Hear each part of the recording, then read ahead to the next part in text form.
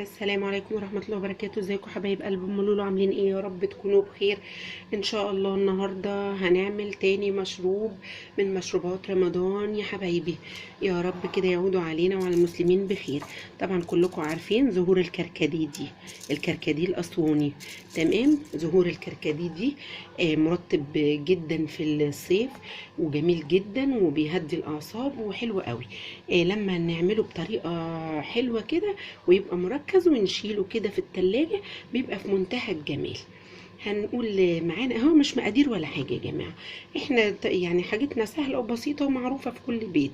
تمام، بس بنفكر بعض. احنا معانا كوبايه كركديه اسواني، معانا كوبايه كركديه اسواني. كوبايه الكركديه طبعا دي احنا بنشتري الكركديه كده بيبقى ايه، معرض للتراب والهواء والكلام ده، ما ينفعش ان احنا نعمله كده على طول.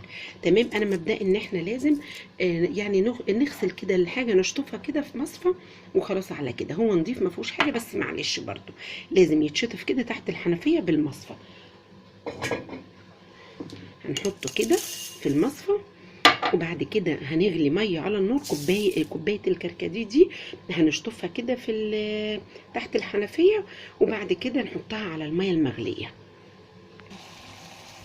وهو يا حبايب قلبي احنا غلينا 3 كوبايات ميه، وهنحط كوبايه الكركديه عليه احنا بعد ما شطفناه. تمام، هنحطه كده بالشكل ده ونسيبه يغلي لغايه ما ايه يعني ياخد اللون كده معانا، ويبقى ايه اللون بتاعه مركز. تمام، احنا هنسيبه لمدة 5 دقايق يغلي، وبعد كده هنصفيه. وبعد ما نصفيه طبعا احنا هنزوده كده، احنا مش حاطين ميه كتير. ليه؟ لان احنا هنزوده ميه ساقعه. تمام، فاحنا ان شاء الله هنسيبه 5 دقايق كده يغلي على البوتاجاز على نار واطيه، وبعد كده ايه هنشوف عملنا ايه معاه. وهو يا حبايب قلبي احنا الكركديه طبعا الكوبايه دي مركزه. تمام، احنا بعد كده انا وريت يعني انا حبيت بس اوريه لحضراتكم. بعد ما سيبناه 5 دقايق بيبقى لونه ما شاء الله. طبعا الكركديه الاسواني ده لا يعلى عليه، ما شاء الله ما شاء الله، بيبقى ممتاز. يعني ما تجيبيش الكركديه العادي ده، انا في انواع تانية كتير انا بس مش حافظاها بصراحه، بس الكركديه الاسواني ده لا يعلى عليه. بيديكي لون وطعم طبيعي 100%. مجرد بس انك انت بتحطيه في الميه المغليه ما شاء الله بيدي اللون وريحه في منتهى الجمال. تمام، احنا طبعا هنخففه بميه. تمام، وبعد كده بنحليه بقى حسب الرغبه بتاعتك. بس طبعا طالما انت لازم تشطفيه الاول تحت الحنفيه، وبعد كده تبتدي تغليه. تسيبيه 5 دقايق بالظبط. الكوبايه دي احنا كنا مالينها كركديه.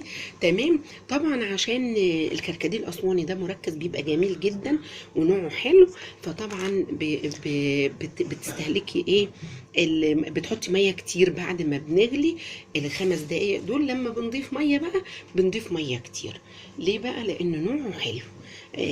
في انواع كركديه يعني بتحطي كوبايه او كوبايتين ما بيعملوش لتر ميه. تمام، انما احنا الكوبايه دي ما شاء الله هتعمل 4 5 مرات.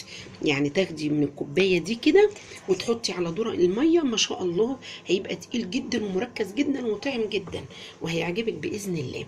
ويا رب كده ان شاء الله وصفاتنا تنال اعجابكم. هي مش وصفات ولا حاجه والله، دي حاجات سهله وبسيطه، بس احنا بنفكر بعض بيها. ويا رب كده ان شاء الله يعود عليكم وعلى المسلمين جميعا بخير يا رب. والسلام عليكم ورحمه الله وبركاته.